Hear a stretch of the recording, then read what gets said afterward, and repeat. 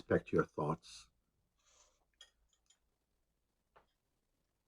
when it is seen that a thought that is appearing in the mind or as the mind is not true, then you must verbally declare it's untrue. This is not true. So not just think it's not true, but actually say this is not true. Then one wants to know, well, what is true? And as a matter of fact, most thoughts are not true. About practical things, it's okay up to a point, but let's start at a much more important level for recognition, and that is that whatever thought brings you into the I personality, the I person ego shape, that thought is not true. It's not good. So you can start with that. In fact, nearly all thoughts that we are engaged with often is the ones that are reminding you of your sense of personhood, your position about something, what you believe, your take, your perspective personally. So, of course, with being vigilant with it and watching, you'll probably feel, oh my gosh, all these thoughts are untrue. Don't be surprised at that, because what you are going to discover, don't be disappointed. What you're going to discover is the space behind the thought, the space that was before the thought, the space that's there during the thought but is hidden or eclipsed because the attention goes to the thought, and the space that is there even after the thought has dissolved. And that space, I'm calling the space of being, your natural state, peaceful, calm. Of course, mind will say, but I can't live like that. I've got things to do.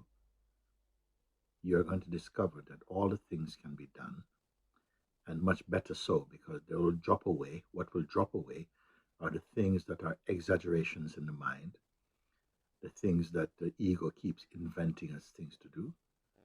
But then your whole energy field becomes choked up with just things to do lists, and also those thoughts that push you into states of agitation, fear, desire, anxiety.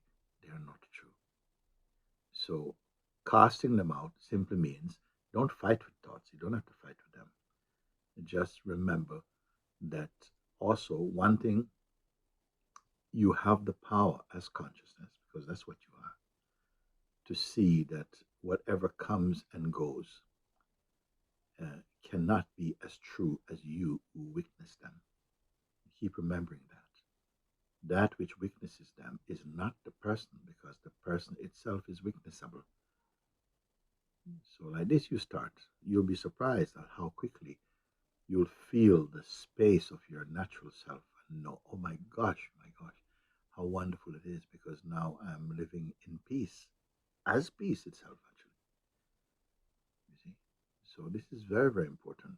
So many people are, you know, they feel that their life is too busy, their mind is too busy, there's too many things to do, and there's no rest in their life and so on.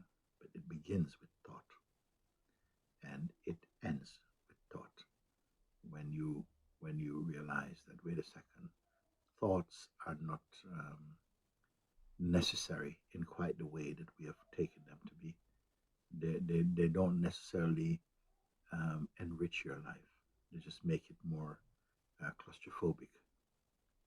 So pay attention to this and see, what did you find just by keeping that attention, checking out the thought energy, even feeling some feelings quickly, thoughts come in with them, and to check it out, is this true? And you see that your discerning power, you may feel, I don't know if a thing is true or not, but don't worry about it. Get started, and quickly you will find that there's a power in you that has the capacity and the power to discern something to be true or not true. You get better at it. All the very best.